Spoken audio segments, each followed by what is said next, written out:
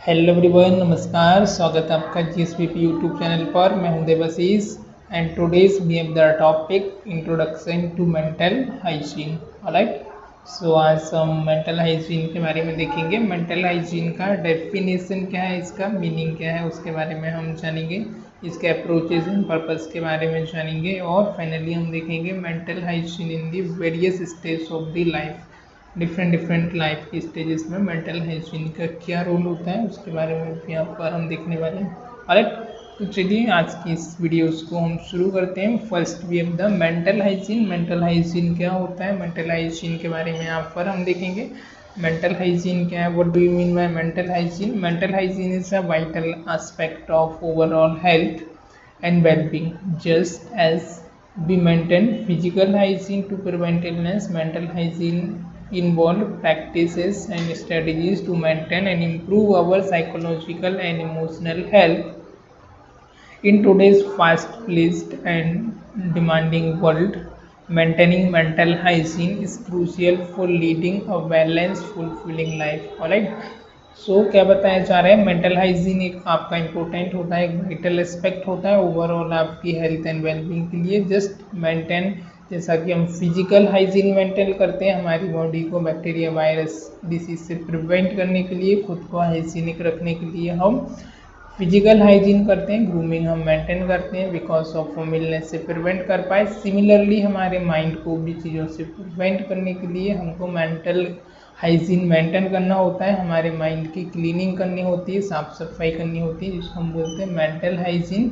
जिसमें आपका आ जाता है practising strategies like maintaining improve, जो कि हमारी साइकोलॉजिकल, इमोशनल और मेंटल हेल्थ को क्या करती हैं, इम्प्रूव करती हैं। और आज के ये बढ़ते हुए मॉडर्न इरा में, आपका डिमांडिंग वर्ल्ड में, फास्ट प्लेस वर्ल्ड में, ये आपका बहुत इम्पोर्टेंट होता है कि आपको मेंटेन करना अपनी फिजिकल हाइजीन के साथ साथ अपनी मेंटल हाइजीन को। Mental hygiene is crucial for leading and balancing fulfilling life. Right, ये क्रूशियल होती है आपके as it is a part of public health nurse, psychiatric nurse, and it is necessary to know the step to prevention, how to prevent the mental health, preserve the mental health. कैसे हम इससे हमारी mental health को preserve कर सकते हैं, prevention of the mental illness, mental illness से हम कैसे प्रिवेंट कर सकते हैं। This is the mental hygiene and this is the deal with the principle of living, this serve as a guide to human adjustment. और human adjustment कैसे कर सकते हैं हम, सिचुएशन और अकॉर्डिंग के अकॉर्डिंग, इमोशनली और साइकोलॉजिकली, उसके बारे में हमारा मेंटल हाइजीन में हम इसमें देखते हैं। स्पेशली डिज़ाइन किया गया है इसको to such is the measure of ensuring mental health. Alright, so practical art based आपका एक्सपेरिमेंटल होता है, एविडेंस होता है, एंड साइकोलॉजिकली आपका एडजस्टमेंट होना which restore the normal living of person. It help person to achieve, ये help करता है आपकी पर्सन को अचीव करने के लिए fuller, happier and harmonious and effective lifes. Right, ताकि जो पर्सन है वो आपकी फुल ऑफ लाइफ को, हार्मोनियस लाइफ को, हैप्पियर लाइफ को और इफेक्टिव लाइफ्स को एंजॉय कर पाए, इसके लिए ये हेल्पफुल होती है। Second is the definition and meaning of mental hygiene. Mental hygiene का क्या डेफिनेशन है, क्या मीनिंग है? So mental hygiene is the science and practice of preserving and promoting mental health, alright, preventing mental disorder and helping individuals develop balanced personalities and healthy social relationship, alright। so mental hygiene क्या है? mental hygiene is the science, mental hygiene आपका science है, science and practice है, it is the science and practice of किसके लिए, preserving and promoting mental health, mental health को prevent करने के लिए और प्रमोट करने के लिए, प्रिजर्व करने के लिए एज वेल एज प्रमोट करने के लिए। दिस इज द साइंस है, एक प्रैक्टिस होता है जिसमें हम प्रिवेंट करते हैं मेंटल डिसऑर्डर को एंड हेल्प इंडिविजुअल्स, साथ ही साथ हम इंडिविजुअल्स को हेल्प करते हैं, help individuals to develop balance personalities and healthy social relationship. Alright, तो इंडिविजुअल्स हैं वो डेवलप कर पाए अपनी लाइफ में balance personalities and healthy social relationship, interpersonal relationship. Alright, so this is the definition और सम ऑफ दी डेफिनेशन है जो कि अलग अलग ऑथर ने दी हुई है, उसके बारे में हम देखेंगे। सो ये है जे ए हेडफील्ड ने बताया है, it is concern with the principle and practice in promoting maintenance of mental health and prevention of the mental disorder. Alright, दूसरा इन्होंने बताया है, it the means by the process of mental health is realise it is the way of life and involve the influence what one feels, says and does. Alright, so it is, आगे क्या बता रहे हैं, the means by the process of mental health is realise, है ना, जिसमें process में realise करना, इट इज द वे, एक वे है हमारी लाइफ का जिसमें हमारा इन्वॉल्व होता है, दैट हमारा इन्फ्लुएंस करता है वन, हम कैसा फील कर रहे हैं, हम क्या बोल रहे हैं और हम क्या करते हैं उसके बारे में। Alright, another definition is here DV Klein के अकॉर्डिंग है। डीवी क्लेन क्या बोल रहे हैं, the realization and maintenance of mind's health and efficiency. Mental health क्या इन्होंने बताया, this is the realization and maintenance of mind's health and efficiency. Another और डेफिनेशन यदि हम लेना चाहें, this is the English and English के अकॉर्डिंग है, mental hygiene is defined as the science and art. ये क्या बता रहे हैं, मेंटल हाइजीन आपका साइंस है और आर्ट है, एंड जो क्या करता है आपका preserve and maximising the mental health, जो कि आपकी मेंटल हेल्थ को प्रिजर्व करता है और उसको मैक्सिमाइज करता है। ओवरऑल बात वही हो रही है कि आपका प्रिवेंट करना मेंटल डिसऑर्डर को और प्रमोट करना आपकी मेंटल हेल्थ को। अब इसका मीनिंग क्या है, meaning mental hygiene include daily practice, this is the daily practice and long term strategies to manage stress, improve emotional intelligence, foster resilience and prevent development of mental health problem. Alright, so meaning क्या है इसका, mental hygiene include किसके दिया, इसमें क्या क्या चीज़ें आती हैं, आपकी डेली प्रैक्टिस, जो कि आप डेली प्रैक्टिस करते हैं अपने मेंटल क्लटर को साफ करने के लिए, अपने पीस हैप्पीनेस हारमोनियस के लिए, तो ये सारी चीज़ें इसके अंदर आ जाती है। And long term strategies like आपका manage stress, improve emotional intelligence, और ये हेल्प करती है foster resilience and prevent the development of mental health problem. It emphasizes positive mental well-being rather than just the absence of mental illness.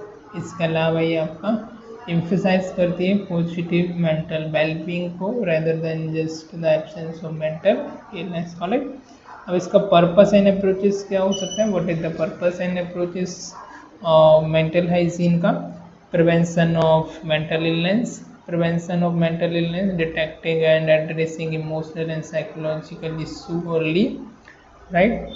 So क्या क्या इसके purposes हो सकते हैं, फर्स्ट में इसका मेन पर्पस है, this is the preserving approach and preventing approach, और third is the therapeutic approach.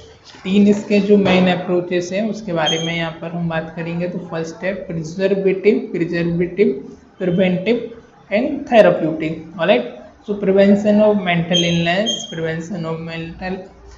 detecting and addressing emotional और psychological issue, जो भी psychological issue आ रहे हैं उनको डिटेक्ट करना, एज वेल इनको साइकोलॉजिकल इश्यूज को क्या करना, एड्रेस करना, और इमोशनल साइकोलॉजिकल इशू को अर्ली डिटेक्ट करके उनको एड्रेस करना और उनको प्रिवेंट करना।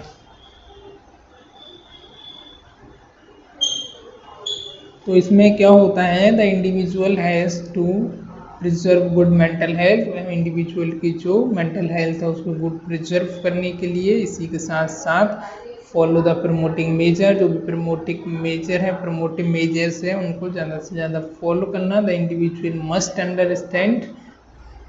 Understand the ways to lead a peaceful life और ही और सी इज। ऑलराइट, इसके अलावा जो इंडिविजुअल है मस्ट वो अंडरस्टैंड करना चाहिए the ways to lead a peaceful life he और सी। ऑलराइट, इसके अलावा effort to realise totally one's own potential as much as possible, उसकी जो भी एफर्ट है उसको रियलाइज होना चाहिए टोटली, जो उसका पोटेंशियल है, एफर्ट है, पॉसिबली उसको यूज़ करने का।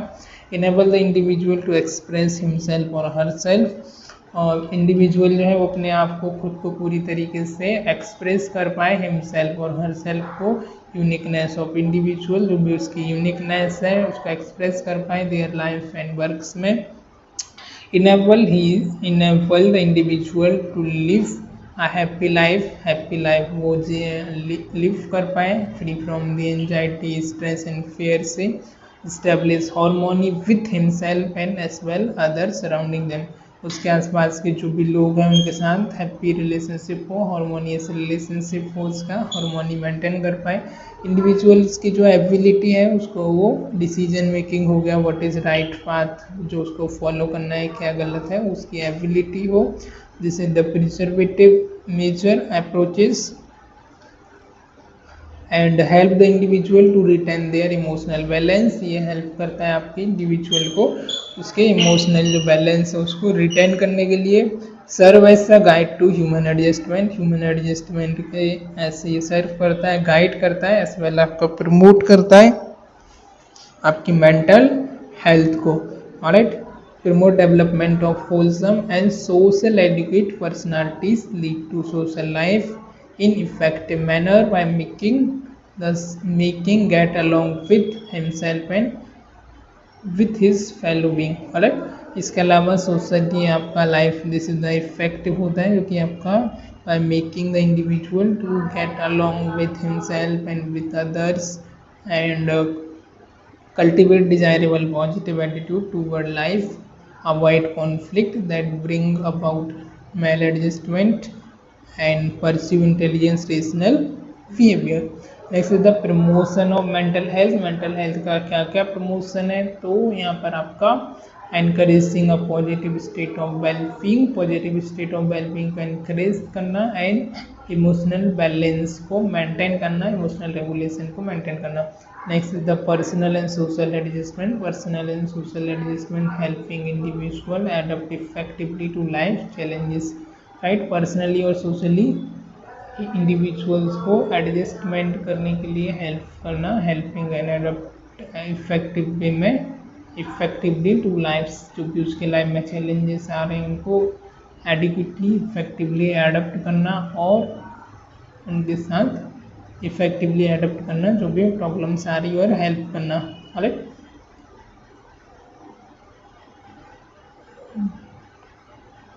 प्रिवेंटिव अप्रोच में क्या है, to prevent the occurrence of mental illness and individual में किसी प्रकार का भी कोई मेंटल इलनेस है, डिसऑर्डर है, उनको प्रिवेंट करने से क्या करना, उनको होने से प्रिवेंट करना। This is the prevent measure, adopt preventive method and understand in relationship that exist wholesome personality development and life experience वाले। तो जो भी प्रिवेंटिव मेथड है उनको अंडरस्टैंड करना और रिलेशनशिप में जो भी एक्सिस्ट कर रहे हैं बिटवीन होलसम पर्सनालिटी उनको एडप्ट करना और उनको डेवलपमेंट लाइफ के एक्सपीरियंस के साथ साथ उनको एडप्ट करना। Alright, to ensure well-adjusted individual has surrounded themselves with environmental influence which will enable the person to individual their health personalities in order to attain emotional stability and to achieve personal and social adequacy। alright, to ensure करना well adjusted individual हो जो कि and has to surround उसके right side में जो भी environment है, जो भी पर्सन है, environmental influences and which will enable to person to develop their full personalities, तो ताकि वो उसकी फुलेस्ट पर्सनालिटीज़ है उसको डेवलप कर पाए इन ऑर्डर टू अटेंड कर पाए आपका इमोशनल स्टेबिलिटी को एंड अचीव कर पाए पर्सनल एंड सोशल एडिक्वेसी को। राइट, तो this is the preventive and promotive approach. और इसके अलावा आपको enhancing wellbeing through education, habit के अकॉर्डिंग अच्छी हैबिट उनको बताना, एजुकेट करना, सोशली सपोर्ट करना ताकि जो भी पर्सन है वो अपने प्रमोट कर पाए। लाइक आपका मेडिटेशन हो गया, आपका एक्सरसाइज हो गया, आपका माइंडफुलनेस हो गया, सेल्फ अवेयरनेस हो गया, कनेक्ट टू नेचर हो गया, डीप ब्रीथिंग हो गया। तो ये सारी चीज़ें आपका इसमें क्या करता है, हेल्प करता है व्यक्ति को उसके पीस को, हार्मोनियस को, हैप्पी और जॉय को मेंटेन करने के लिए। नेक्स्ट था educational approach like teaching mental health literacy from early life stage. Early life stage में उसको मेंटली साइकोलॉजिकली जो भी हेल्थ लिटरेसी है उससे रिलेटेड, लाइक मेडिटेशन हो गया, एक्सरसाइज हो गया, माइंडफुलनेस हो गया, सेल्फ अवेयरनेस हो गया, रेजिलेंस हो गया, है ना। तो ये सारी चीज़ों के बारे में उनको पहले से टीच करना, उनको बताना कि how to control anger, how to control emotion, how to regulate emotion, how to adapt the situation, है ना, रेजिलेंस के बारे में। तो ये सारी चीज़ें, environmental approach, some of the creating supportive surrounding at home, home के उस पर सपोर्टिव सराउंडिंग होना, वर्क कल्चर सपोर्टिव होना, राइट। उसके अलावा होम में, कम्युनिटी में, etcetera. Next therapeutic measure, therapeutic ऐसे हम इसे करेंगे तो when an individual is unable to preserve and maintain mental health, जब इंडिविजुअल आपका अनएबल होता है आपका मेंटेन करने के लिए एंड प्रिजर्व करने के लिए मेंटल हेल्थ को, and prevent the occurrence of mental illness, साथ ही साथ आपका प्रिवेंट करता है ऑक्यूरेंस ऑफ मेंटल इलनेस को, and it is necessary to utilize the therapeutic measure to prevent and cure mental disease. Mental health deal with measures to prevent and cure the individual's maladjustment in home, school, community. Thus mental health and emotional and mental hygiene are essential. Alright, so this is the mental hygiene के बारे में। अब different stages of life में इसका किस तरीके से impact होता है उसके बारे में देखेंगे। mental hygiene in various stages of life. In every stage of life, individual has to adjust themselves to enjoy productive and good social life. Individual need proper guidance and counseling in early stage of life to become mentally healthy. Alright, so individual को एक आवश्यकता होती है कि उसको early stage of life में एक proper उसको गाइडेंस मिल जाए, काउंसलिंग मिल जाए, ताकि वो अपनी लाइफ में हेल्दी मेंटेन कर पाए। और इसके साथ साथ एवरी इंडिविजुअल को एवरी स्टेजेस ऑफ लाइफ में खुद को एडजस्ट करने की और प्रोडक्टिविटी को, अपना सोशल लाइफ को प्रोडक्टिव लाइफ को एडजस्ट करने के लिए उसको नेसेसरी होता है, ज़रूरत होती है, ताकि वो हर एक स्टेज में अपनी मेंटल हाइजीन को फोकस कर पाए। राइट, तो फर्स्ट जो एज होती है डेवलपमेंटल एज, जिसमें आपका बेसिक्स जो चीज़ें होती है, तो इन अब प्रीनेटल एंड पोस्टनेटल पीरियड जब होता है तो प्रीनेटल पोस्टनेटल पीरियड्स में क्या होता है, ड्यूरिंग दिस स्टेज जो प्रेग्नेंट मदर्स होती है, हम उधर से बात करेंगे। So during this stage the pregnant mother must have positive emotional feeling free from mental tension, conflict, frustration and to mother age will affect the baby. Right, तो जो मदर होती है, मदर का यदि जो उसको साइकोलॉजिकली कोई डिसऑर्डर है, मूड डिसऑर्डर है, इमोशनली वेलबींग नहीं है वो, तो मेंटली वेलबींग नहीं है, लाइक उसको कॉन्फ्लिक्ट है, फ्रस्ट्रेशन है, एंजाइटी है, स्ट्रेस है, तो वो उसके बेबी पर भी अफेक्ट करते हैं at the time of prenatal and postnatal. जब तक कि 1 to 2 ईयर होता है, जब तक बेबी ब्रेस्ट फीडिंग करता है, तो वो साइकोलॉजिकली भी और फिजिकली बायोलॉजिकली भी वो कुछ भी लेती है, तो वो बच्चों पर भी अफेक्ट पड़ते हैं। Alright, so if she experience deprivative, frustration, conflict, unpleasant demand, negligence by family member, it will affect her emotion status, make the mother unhappy.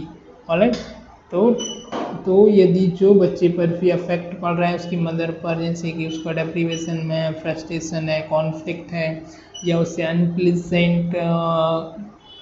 Unpleasant demanding है, कोई नेग्लिजेंस है बाय फैमिली मेम्बर द्वारा, तो वो emotional status है वो baby पर भी अफेक्ट करता है, emotional status, and make the mother unhappy. Therefore the psychiatric nurse should give health education during antenatal postnatal period. Right, तो इसलिए क्या होता है, साइकियाट्रिक नर्स होती है वो आपको साइकोलॉजिकली मदर को उसके एंटीनेटल पीरियड के समय, पोस्टनेटल पीरियड के समय उसे हेल्थ एजुकेशन देती है, मेंटली उसको हेल्दी रहने के लिए, and living for the healthy baby after birth. Baby need mother protection, food, love, normal growth, and only happy mother could give all this new baby. Right, तो after birth के बाद क्या होता है, बेबी को लव की, food की, normal आपका ग्रोथ के लिए प्रोटेक्शन की नीड होती है, और यदि बेबी मदर जो हेल्दी है, if only happy mother could give all this to new baby. Right, next है इन्फेंसी। इन्फेंसी की जो एज होती है जैसे द 1 to 1 ईयर के बीच में होती है, और इस एज में क्या होता है, in the warm the foetus feel more comfortable and enjoy right and warmth. अब जो बेबी होता है वो कोई यदि आप बॉम्स के अंदर होता है, मतलब बॉम्स यूट्रस के अंदर होता है, बॉम्स के अंदर, तब वो फीटस में जब होता है तो वो कंफर्टेबल फील करता है, नॉर्मली एंजॉय करता है, आउटर वर्ल्ड को नहीं देखा होता है, वार्मथ होता है जब। लेकिन वो बट जैसे वो न्यूबॉर्न होता है, जैसे बेबी आपका वर्ल्ड में आता है आपका world, the newborn is full of fair, और उसको क्या होता है, फुल ऑफ फेयर होता है when he come to open the world. Now the infant need personal contact, उसको पर्सनल कांटेक्ट की ज़रूरत होती है, वो कडल्स करता है, रीडिंग करता है, caring to promote belongingness the infant, और राइट। इसके अलावा up in the family with love and care develop into normal life, and then the infant reared in problem family and orphanages parents, right. तो वो mummy papa के समय अपने ज़्यादा समय बिताना चाहता है, राइट। इसके अलावा यदि अननोन पर्सन के पास वो नहीं जाता है, मम्मी के पास ही ज़्यादा रहता है ना, तो develop into the normal life an infant rear problem family and orphans parent responsibilities to provide happy and conductive environment for the child to grow. अब ये पेरेंट की रिस्पॉन्सिबिलिटी होती है कि उन्हें healthy and conductive environment provide करें ताकि वो अच्छे तरीके से डेवलप हो पाए, इमोशनल न्यूट्रिंग प्ले या सिक्योर अटैचमेंट है ना। इसके अलावा development of basic trust confidence and communication skill. अब जब वो इसके अलावा अर्ली चाइल्डहुड की जो एज में आता है, अर्ली चाइल्डहुड में क्या अफेक्ट करता है, इन्फेंसी के बाद जो अर्ली चाइल्डहुड होती है, प्री स्कूल गोइंग टोडलर जो एज है, तब क्या होता है, धीरे धीरे उसमें इमोशनल का आपका डेवलपमेंट होता है during this is 1 to 3 year, और it is the sense of autonomy versus shame and guilt, थोड़ा सा उसे autonomy and shame and guilt. इसके अलावा जो होता है स्कूल पीरियड, इस सेंस जब वो स्कूल जाता है तो feeling of doubt shame guilt shyness during the period of child, जब वो लर्न करता है, जैसे कि इस समय पर रन हो गया, जंप हो गया, क्लाइंब हो गया, साउट हो गया ना, स्क्रीमिंग हो गया, बैलेंस एंड मैनी मोर। जो बॉडी एक्टिविटी है, फाइन मोटर एक्टिविटी है, उनको क्या करता है, मस्कुलर एक्टिविटी को लर्न करता है, कोऑर्डिनेट करना सीखता है अपने वोकेबुलरी को, एक्सप्रेशन को, मूवमेंट को, ये सारी चीज़ों को क्या करता है, perception of size from the distance, और बहुत सारी जो एक्टिविटी होती है, muscular coordination, sensation, vocabulary improvement, and he enjoy sense of adventure and desire to meet experience.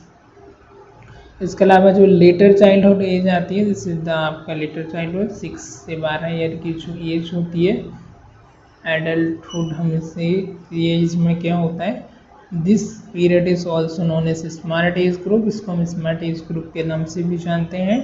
और ये जो पीरियड होता है, इस समय क्या होता है, बेबी जो बच्चा जो होता है 6 से 12 एज की एज में है ना, तो चाइल्ड फील एवरीथिंग नो है ना, उसको ऐसा लगता है कि चाइल्ड फील ही नो एवरीथिंग, उसको सब कुछ आने लगा है। And the child is enjoy being dirty, वो थोड़ा डर्टी रहना, केयरलेस होना, और जो केयरलेस अपीयरेंस होना, ये सारी चीज़ें उसको थोड़ा सा अच्छा लगने लगता है, एंजॉय करता है, खुद की केयर पे ज़्यादा ध्यान नहीं देता है, और वो गैंग एज में आता है, उसके दोस्तों के साथ घूमता फिरता है इधर उधर है ना, उसके पीयर ग्रुप्स के साथ इंगेज होना, उसका खेलना कूदना, साइन ऑफ प्रेस्टीज भी थोड़ा सा उसके अंदर आ जाता है।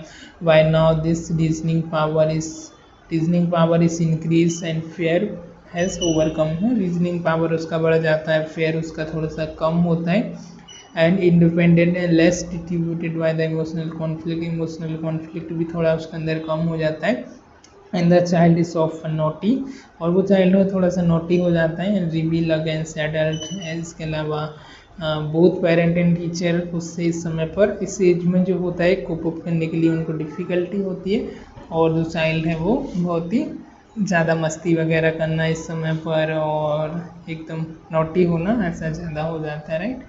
अब इसमें क्या क्या और जो है चाइल्ड नीड ऑफ, इस समय चाइल्ड को क्या क्या चीज़ों की रिक्वायरमेंट होती है, तब वो इस एज में होता है लेट चाइल्डहुड में। love, protection and care by parent, appreciation and proper guidance. A regular checkup on his activity will make him feel secure. इसके अलावा उसको रिक्वायरमेंट होती है he must be engaged in physical activity like sport, exercise और physical well-being. There should be parent teacher meeting to discuss the problem of child. Alright, the school should provide home like atmosphere with love, affection, studies, recreational activities, attempt not to develop inferiority complex, and he must treat it without hunting his ego.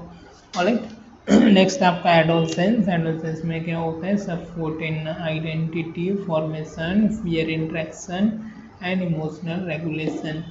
Adolescence में क्या होता है? Adolescence is the time of transition. ये जो time होता है आपका transition, आपका एज होता है when the person is not it adult, पूरी तरीके से एडल्ट भी नहीं होता है बट नो लॉन्गर है चाइल्ड, बट वो पूरी तरीके से चाइल्ड भी नहीं रहता है. And it is unique stage, and this is the unique stage of development when a shift in growth learning occur during the adolescence. Major event occur and they can either stimulate new adaptive ways of coping or lead to regression and maladaptive coping responses.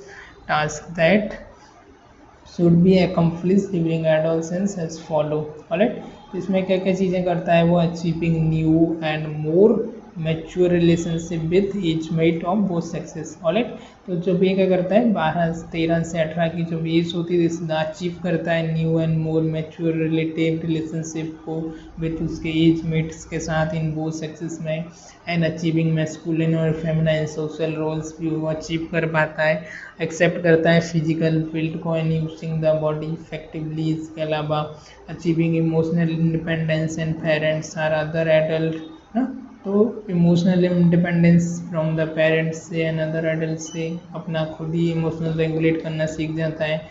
वो समझने लगता है चीज़ों के बारे में, situation के बारे में, अपनी फैमिली कंडीशन के बारे में. Preparing for marriage and family life. Family life के लिए वो प्रिपेयर हो जाता है, मैरिज के लिए प्रिपेयर होने लगता है, पर मैरिज इतना अर्ली नहीं करना चाहिए बट ही और सी इज रेडी.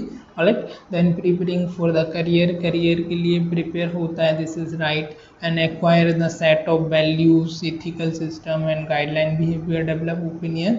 ये सारी चीज़ें वो डेवलप करना शुरू करता है. The point remember to maintaining mental hygiene and adolescence के समय बहुत इंपॉर्टेंट होती है कुछ हमारी जो हाइजीन मेंटेन करना मेंटल. तो क्या क्या आता है? The parents should always see that right from the childhood the basic need of fully fulfil.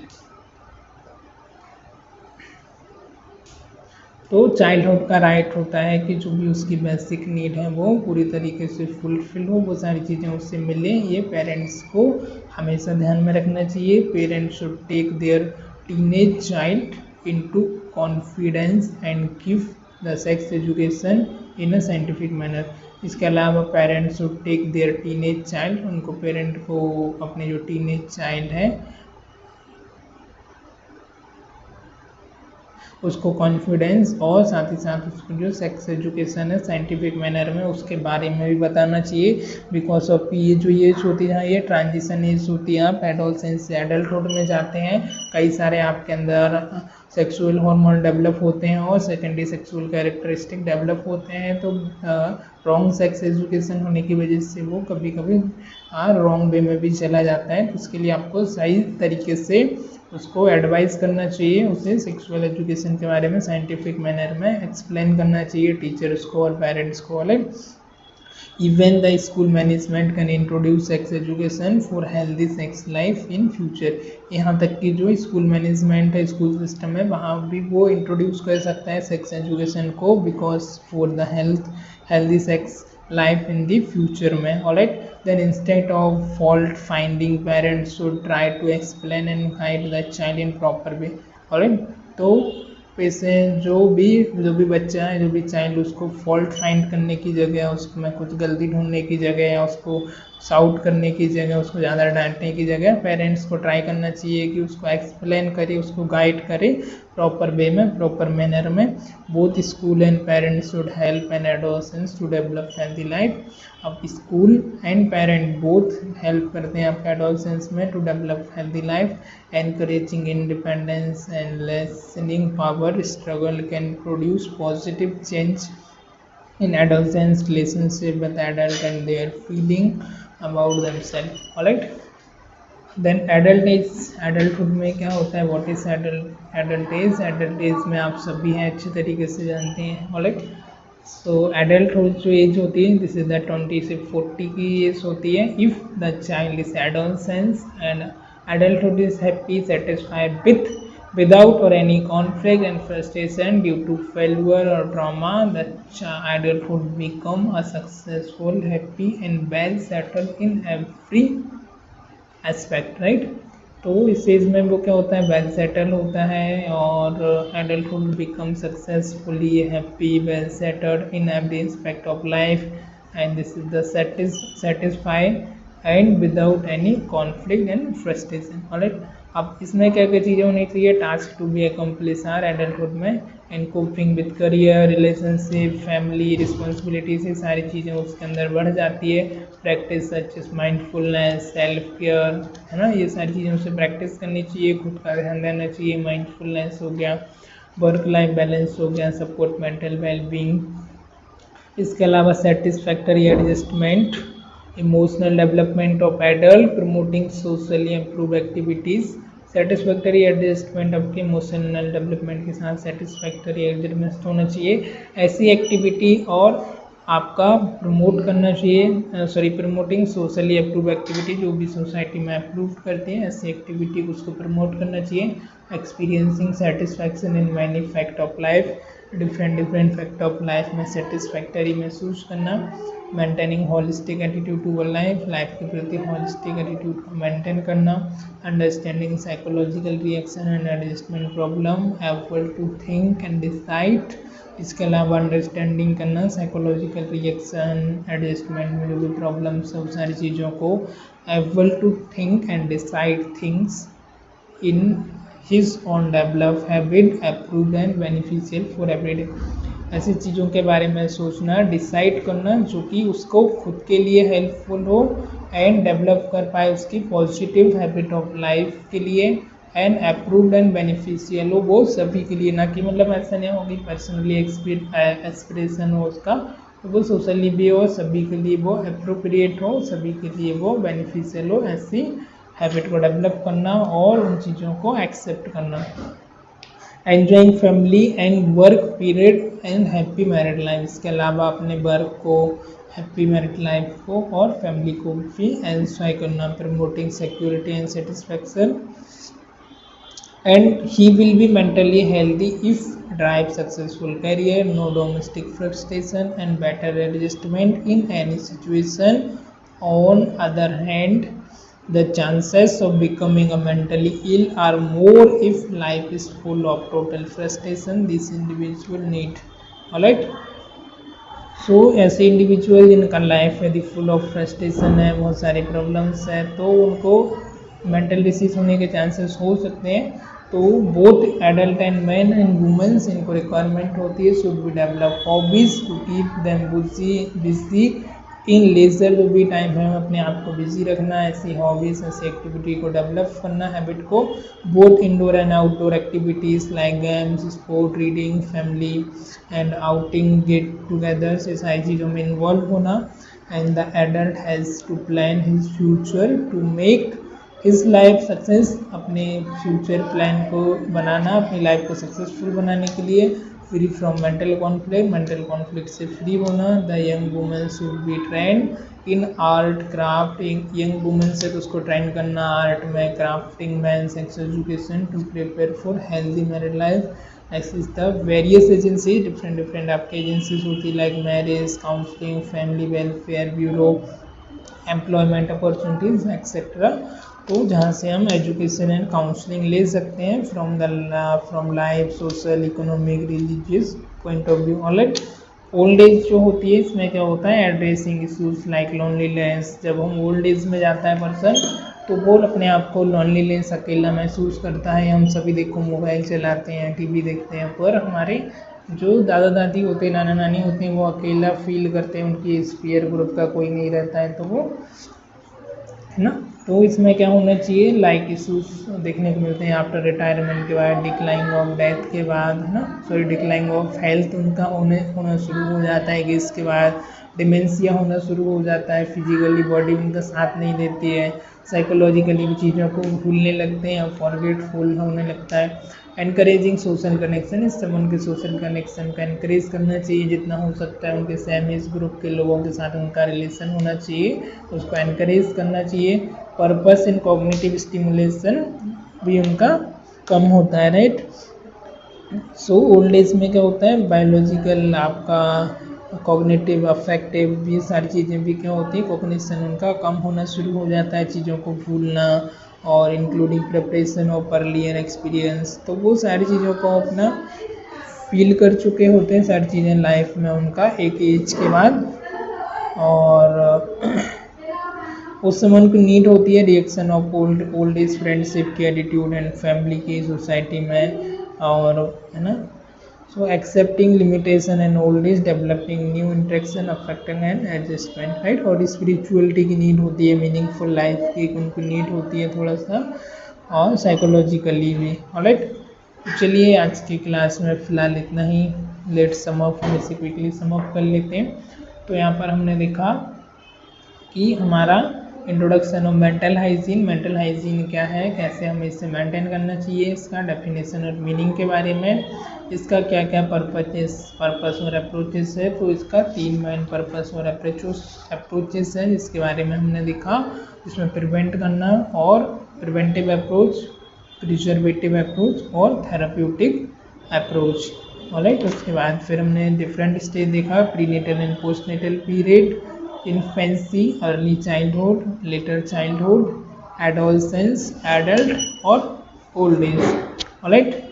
I hope आज का लेक्चर आपको समझ आया होगा। If you have any doubt, any question regarding this, you can leave your comment, alright। Thank you for watching this, keep learning, keep growing, bye bye, have a good day।